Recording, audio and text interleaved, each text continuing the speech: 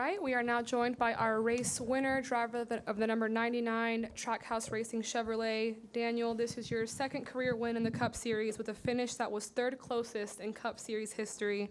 Walk us through those last couple of laps and what you were feeling when you realized that your number 99 Chevrolet crossed that finish line first. Yeah, it was definitely a special moment. You know, going back actually to a restart, I have to thank actually Cal Busch because he did a very, very good job giving me some good pushes. To take the lead the first time when I was third, and we took the lead together. And then after that, when I picked the bottom in front of him, it worked out good, but the 12 car, the Penske car, they were pretty strong. They were pretty strong, especially when they were close to being together. And the outside line on the back of straightaway came extremely strong, way sooner than what I was anticipating. And the 12 was able to push me, but when he moved me a little bit, he was able to get to my outside, and that's exactly what I didn't want. I didn't want to give him my outside, but at that point I was racing in second, and I was trying to figure out how to get to him. I almost got to him getting into a tree, but I got very, very loose, and I couldn't actually get there. And when we crossed the white flag, I knew we were going to have a good shot because the 2 car was behind me, and he was giving me very, very good pushes. And I dragged the brake a little bit on corner 2, and I can see him coming with a push. I say, okay, here he comes, and my move was going to come after that.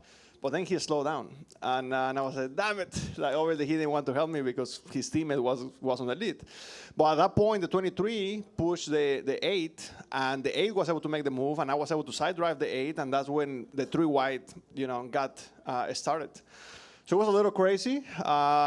You know, who knows what would have happened if the 2 was actually giving me the push? Maybe, who knows? Maybe they were going to pass me back, get exit of 4. I'm just glad we're here with my entire team, Trackhouse, Chevrolet, Freeway Insurance, Cesar over there, CEO of Freeway Insurance with his entire family. He's been in victory lane already twice in 1 month, so he's getting a spoil. And yeah, just very happy, you know, very happy. Everyone in Trackhouse worked extremely hard in the off season, and to be able to start the 2024 season this strong, because last week in the Daytona 500 we finished 32nd or something like that, but we were running up front, and we wrecked running up front, and I feel like we have a strong team, and we're showing that so far in the couple of weeks that we've been racing. So we have to continue to build on that. All right, we'll go ahead and start with Jordan, and then Steven, and then go to Jonathan. Jordan Bianchi, The Athletic. Fairly or not, the perception going into the year was you were on the hot seat and needed to perform. Did you feel like you were on the hot seat coming into this year and that you were at risk of losing your ride? And then 2, what does this do for your future at Trackhouse?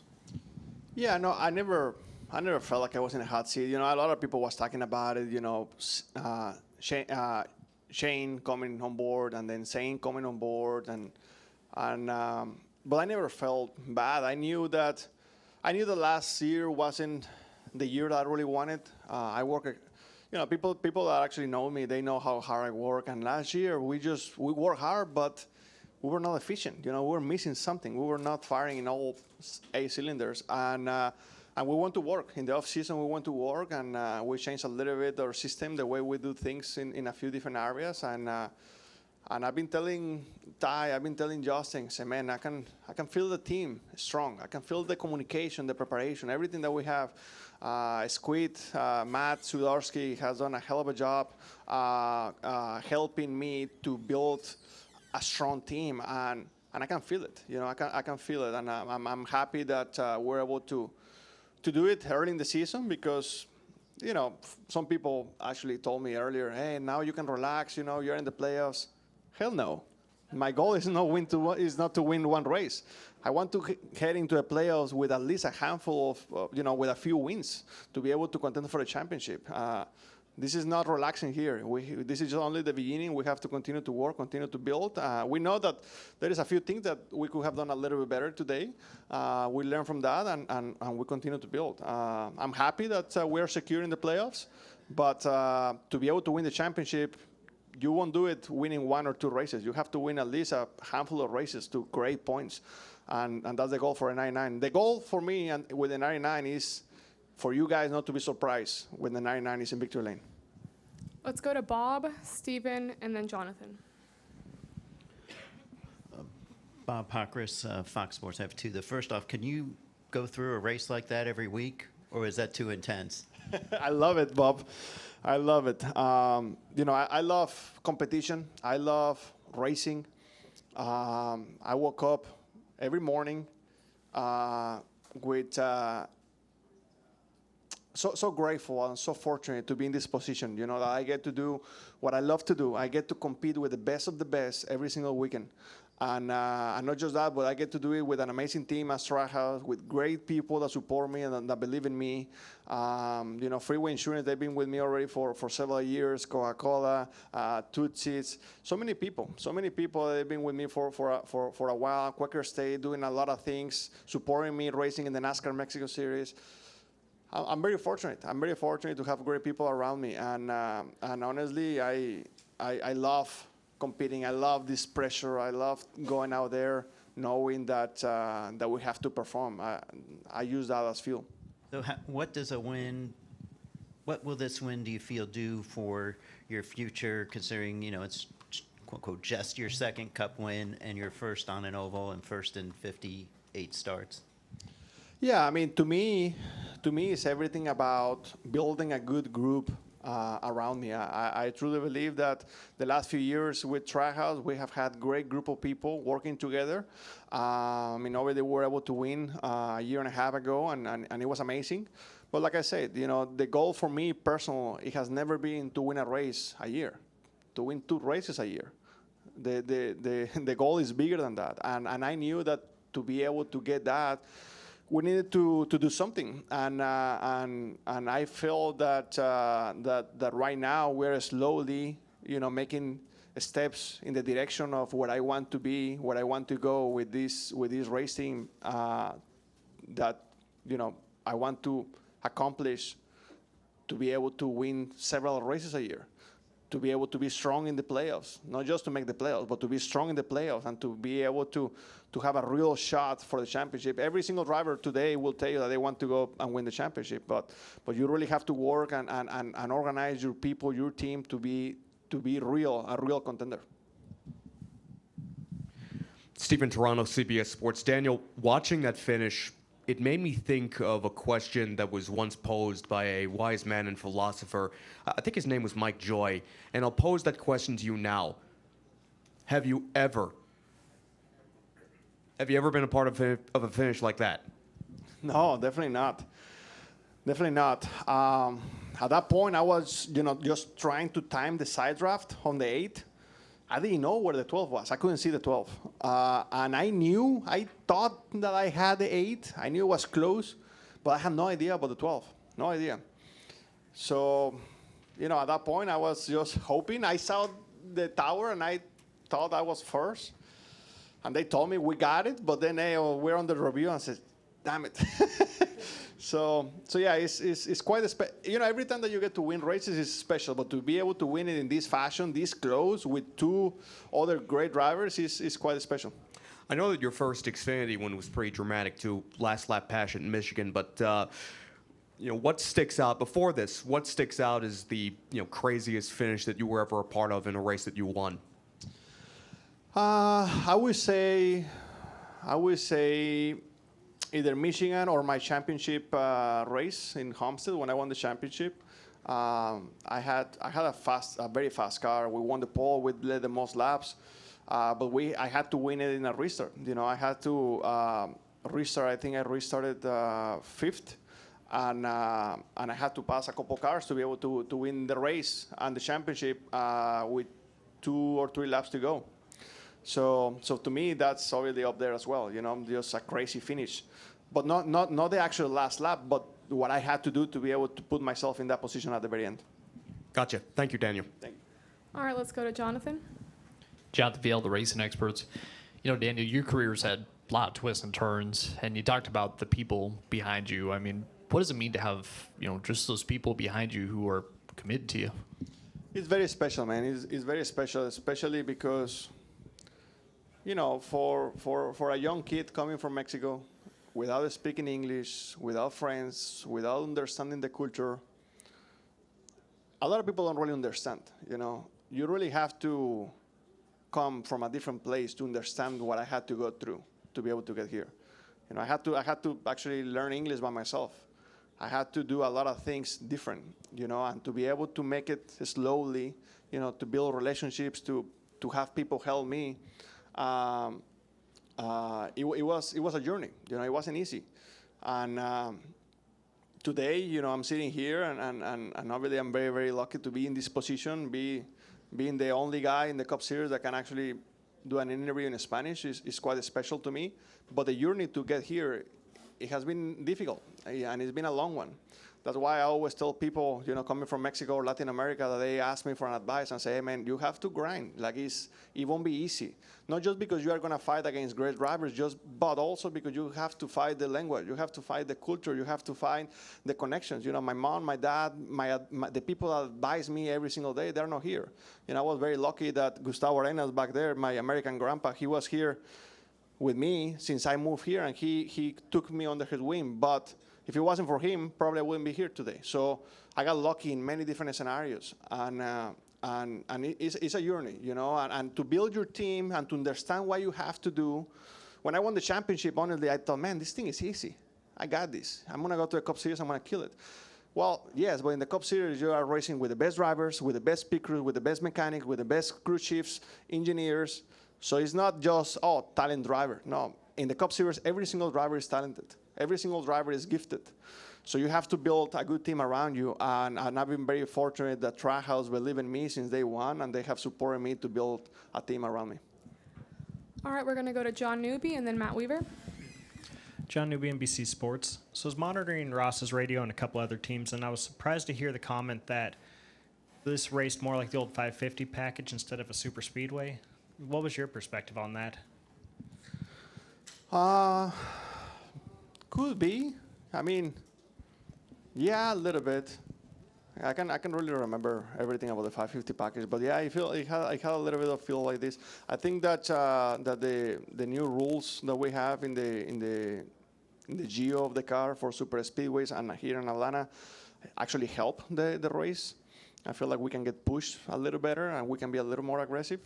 But yeah, it felt a little bit like that. But with that being said, the intensity of the pack when we were, in the top 10, top 15, running, I mean, the car moves a lot.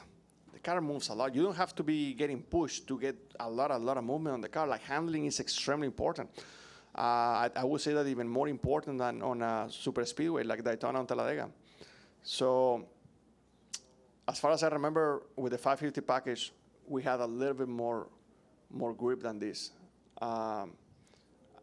So this race is definitely very unique. I think that everyone at Nascar and they have done a great job, putting a race like this one, because it's different. It's not super speedway, it's not a mile and a half, it's not a 550 package. It's a real hybrid, and it really puts a great show on track. Matt Weaver, Sportsnot. I've got two for you, Daniel. I was struck by the number of people that just came to congratulate you in victory lane, or even after the race talking to us in the media. Everyone, even the guys that you beat, were all very complimentary and super stoked for you. What does it mean to you that pretty much everyone in the garage kind of roots for you? It means a lot, It means a lot because most of those guys, they know, how difficult it is to get here. How difficult it is to get to a Cup Series. We're fighting with the best of the best. And obviously, they also know and recognize that I have had a little different journey than most drivers. And I have a great relationship with Bob Awala, with Ryan Blaney, and everyone that I was racing against, and they came to victory lane. So all we have is a mutual respect. We know how good we are, and we love racing each other. We love racing hard. And we also respect each other outside the racetrack. So yeah, it's quite special. It goes both ways. The respect is mutual. And then your spotter, Frankie Kimmel, how valuable and important is he, not only to a race like this, but just in general, working with him the last couple of years? Oh, it's very important. Frankie is one of the best spotters out there. There is a lot of good, talented spotters up in the roof, and I can tell you that he's in the top 5. He's a very, very good, talented, young spotter. I remember like it was yesterday, a couple years ago, we gave him a shot. We went to Dover. It was his first race ever, I think, in the National Series, and we finished in the top 10, and right away I knew that he was talented. Yeah, we needed a few tweaks here and there, but he was talented. He's natural. And he's a race car driver. You know, he loves this. He understands what we need to do. So him and I, we connect very well. And I feel like, especially in the last year or so, I feel like our communication and our trust has got to the next level. There was one racer that he said, man, go to the top. We messed up. You know, we lost 10 positions. He said, man, sorry about that. It's part of it. You know, we make decisions. Sometimes are good, sometimes are bad. But at the end of the day, we're not going to point fingers. We're on this together. We win together and we lose together. So in that particular moment, he told me to go up. He thought it was the best thing. It wasn't, but that's part of it. And the same way that he helped me got to victory lane tonight. So it's part of it. Let's go to Chris Knight. Chris Knight, CatchFans.com. Daniel, congrats on the win. At some point during the race today, Todd Gillen said on his radio, "It's like going to a haunted house. You know, it's fun, but I'm scared for my life at the same time." It is. Is that an accurate way to describe the racing out there today? It was, man, because you knew there was going to happen something. I mean, everyone, I cannot explain to you guys. I hope that everyone at home and you guys were actually able to see how much movement our cars had. You know, like the car, we were not comfortable. I mean, I don't think there were many cars going wide open beside the front row car. Like everyone was driving the cars. It was not easy at all. This racetrack is fairly new and it already has some bumps. So it wasn't easy, but it was great racing. You know, it was great racing. I thought in the beginning of my race, you know, we got wrecked in lap 2. Luckily, the car didn't have a lot of damage. We fixed the car, and the car wasn't great. You know, the front of the car wasn't great. The back of the car, we have to work on it, and that's where I give a lot of credit to Squid, my crew chief, and my engineers, Dustin and Troy, that they never gave up. They knew that the car wasn't 100%. They had a little bit of repairs, but they adjusting on it, and they made the car one of the best out there when it counted the most. Let's go ahead and go to Jacob. Jacob Seelman, Race Face Digital. Daniel, congratulations, and 2 for you. First, Justin was here earlier. Actually, I think you had just walked in when he was talking about kind of the culture that's been built at Trackhouse, and he mentioned, you know, hard work and passion being 2 of the main things. Your crew chief Matt said, you know, talked so much about the work that you put in compared to some of the other drivers that he's worked with. What is it about the culture that Justin and Ty and everybody at Trackhouse has built that has made this really the best home that I feel like you've had in the Cup Series? You're totally right. This is the best home I have had in the Cup Series, and by a mile. You know, Justin, Marks, Ty Norris, they believe in me since day one. And when they called me to join Trackhouse, I was in the bottom. I was in the lowest of my career. I was struggling a lot. I was losing confidence in myself. And they grabbed me and they put me back to what I knew at one point that I belonged. And they knew that if they were able to give me a shot to build a team around me, I was going to do something good. And that's something that I will be forever grateful to them, you know, to give me that opportunity to build a team around me. Because, like I said, you know, when you're fighting with the best of the best, you have to have all the little things right. And yeah, you know, Matt, he's a very, very passionate guy. Squid, my crew chief, he likes to win. He likes to be competitive. Super smart guy, one of the smartest persons I know. And we work hard. You know, at the end of the day, you know, we come here on the weekends to execute. But the reason why we won today is not just because we execute right. It's for all the preparation that we did during the week. You know, we did a lot of work. We do a lot of work. Matt, Squid, my crew chief, Frankie, you know, Josh Wise, optimization. We do a lot of work to come here, prepare. And when you are prepared, mentally you already feel like you are ahead. And that's something that is very important. And we've been working very hard to be prepared. And I honestly feel that when I was arriving here in Atlanta, I feel like I was the most prepared driver out there. And if we can do that every week, it's going to be a lot of fun. We're going to win a lot of races. The smile's back on your face. I know, it was after Sonoma. You guys made the playoffs in 22. Last year wasn't what you wanted. That's been spoken of a good bit. You mentioned the confidence, though, that they brought to you. Was there ever a point last year, even as you're fighting through a year that wasn't what you wanted it to be, was there a point that your confidence was shaken again, or did you always feel like getting back here was reasonable, was there, it was just kind of circumstances conspiring against you? We race every single weekend, and when the results don't come, yeah, your confidence starts lacking a little bit.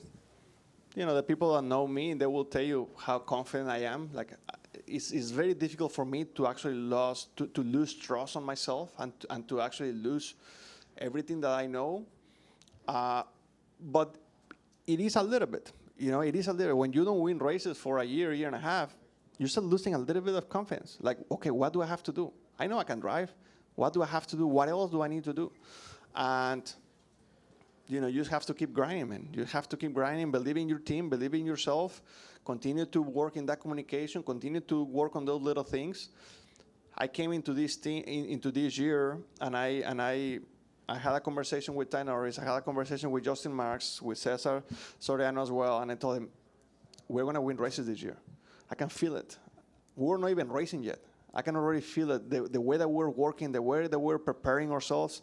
It's okay. This is the work that we have to do to be able to go out there and be efficient and fight for wins and championships.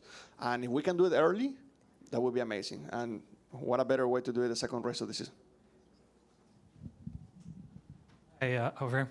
Ken Zaguirre, the Atlanta Journal-Constitution. I'm curious, on your journey here, coming from Mexico, if you remember, what was the hardest part? No. Thank you, brother. Thank you so much. Thank you. Sorry. All good. Anybody else? All right. What was the hardest part? How close did you come to giving up, and what kept you going? There were so many different situations, man. Like, when I came here in 2011, I didn't have anything. I couldn't speak English. I didn't have friends. I didn't have my family. I didn't have sponsors supporting me to say, okay, go out there and buy yourself a ride. I didn't have anything. And I would say that by far the most difficult years of my life and my career were 2011 and 12. Those years were very difficult because I was away from home.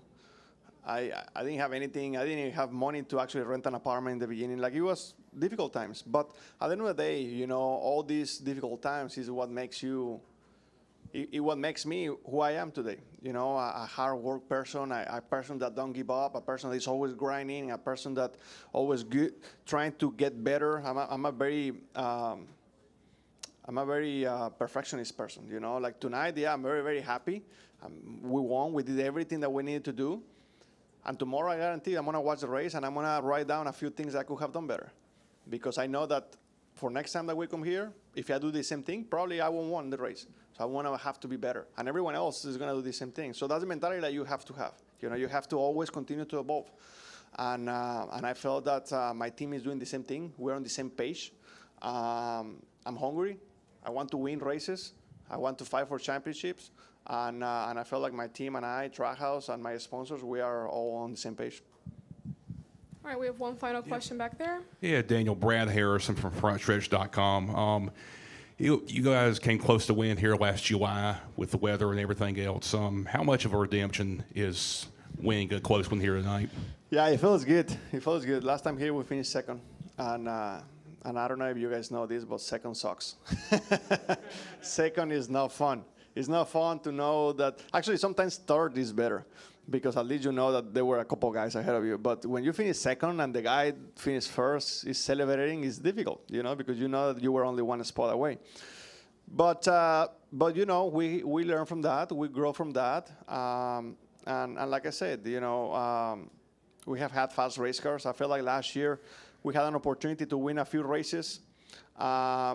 But I have mentioned this in the past. You know, the strong teams, they win 5, 6 races a year, but they had opportunities to win 15 races a year. You know, if I had 3 opportunities to win races, you know, everything has to fail in part. Everything, the execution part has to go perfect to be able to get it done, you know. So really you have to fast. If you want to win 5 races, you have to be in contention for 15 times at least, you know, to be able to everything fell in place.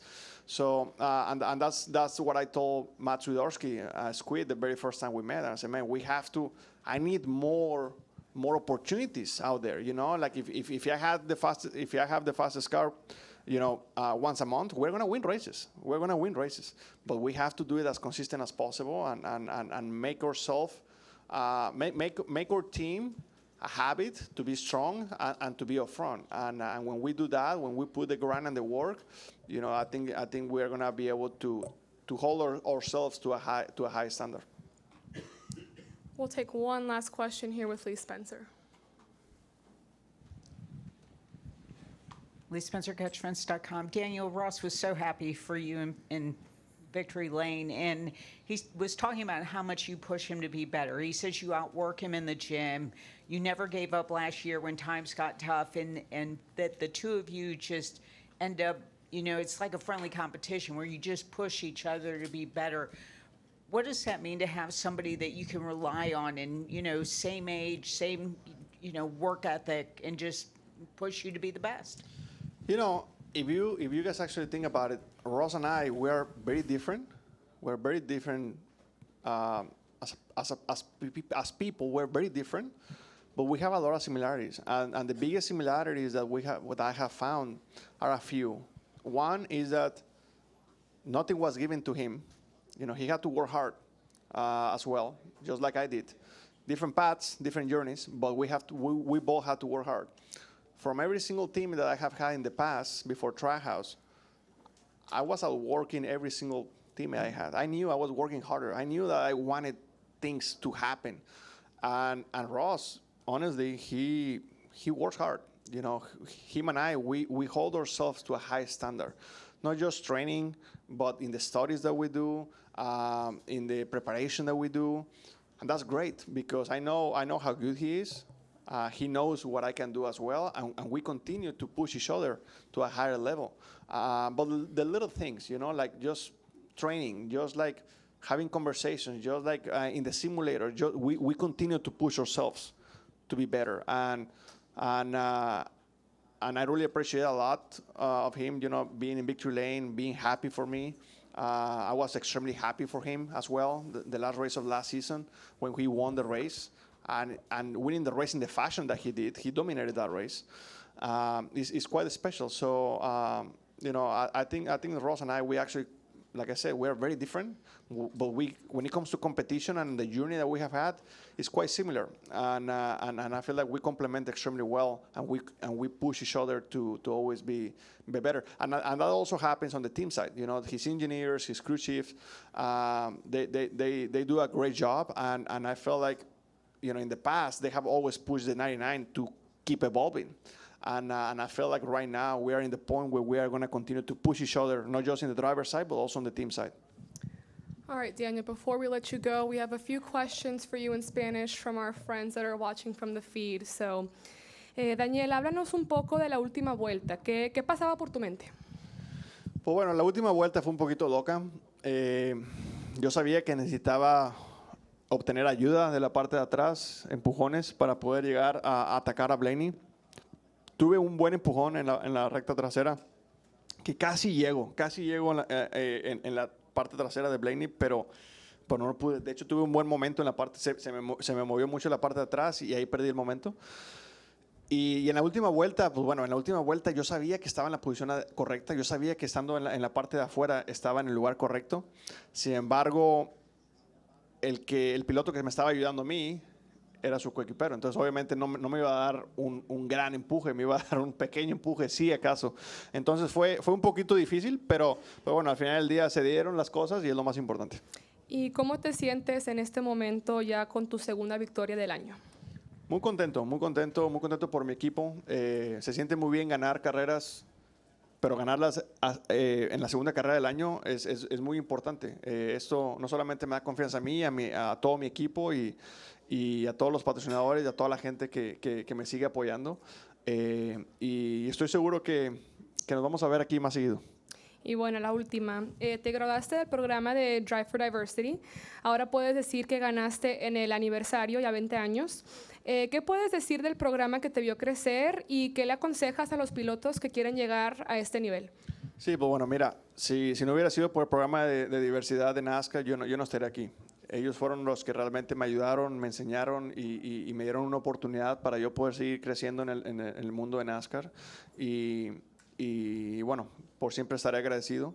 Y ese es mi consejo, que realmente que todos los nuevos pilotos que vienen en camino de México, Latinoamérica, de Europa, de todos lados, que realmente aprovechen estas oportunidades y que aprendan, que tengan la mente abierta para siempre seguir aprendiendo. Y sinceramente creo que este programa el día de hoy es mucho más fuerte que cuando yo estaba, y el programa sigue creciendo y sigue fortaleciéndose más para poder apoyar pilotos no solamente a correr ARCA, pero también el siguiente paso en las camionetas y demás, que es algo que es muy difícil de hacer y muy importante de que estos pilotos de otros países y pilotos mujeres y pilotos de color puedan tener estas oportunidades.